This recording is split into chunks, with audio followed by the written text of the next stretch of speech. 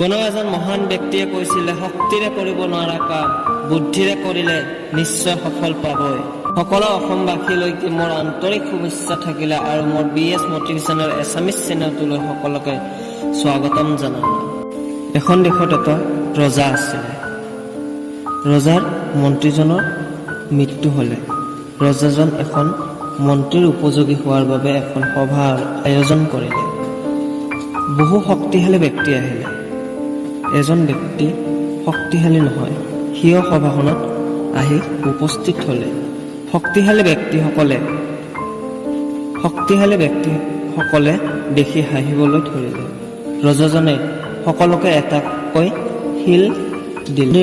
15 দিনৰ সময় দিল। শিলটো যোনে বেছি সোণৰ মুদ্ৰাত বিক্ৰী কৰিব পাৰে সিয়ে মোৰ মন্ত্ৰীৰ উপযোগী হ'ব। সকলোৱে শিলবিলাক লৈ গ'ল আৰু শক্তিশালী ব্যক্তিসকলে আন আন ৰাজ্যত বিক্ৰী কৰিব গ'লে।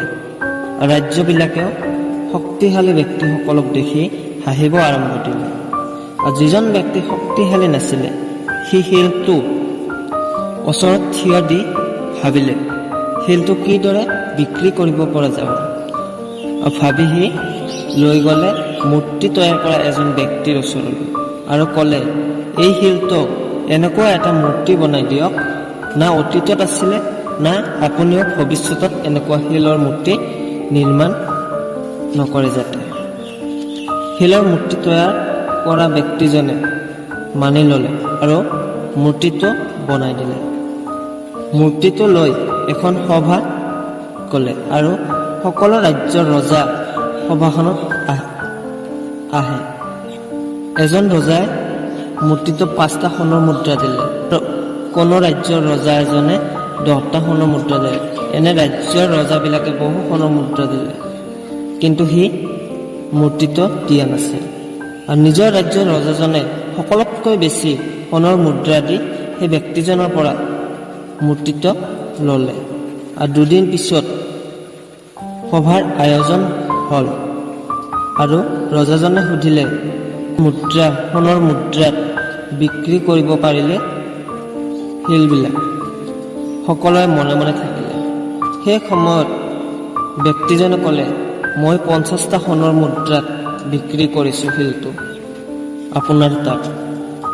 সকলোৱে আচম্বিত হৈ পৰিলে। ব্যক্তিজনে ক'লে, আপুনি যে মূৰ্তিটো কিনিছিলে মোৰ পৰাই কিনিছিলে। আৰু ৰজাই হাঁহি মাৰি ক'লে, তুমিয়ে মোৰ মন্ত্ৰীৰ উপযোগী। গল্পটো বুজাইছে, শক্তিৰে সকলো কাম সমাধান কৰা নাযায়, বুদ্ধিৰে কৰিব লাগে। ধন্যবাদ। যদি ভিডিঅ'টো ভাল লাগে এটা লাইক কৰি দিব, ছাবস্ক্ৰাইব কৰি দিব আৰু বেল আইকনটো প্ৰেছ কৰি দিব। জয় আই অসম।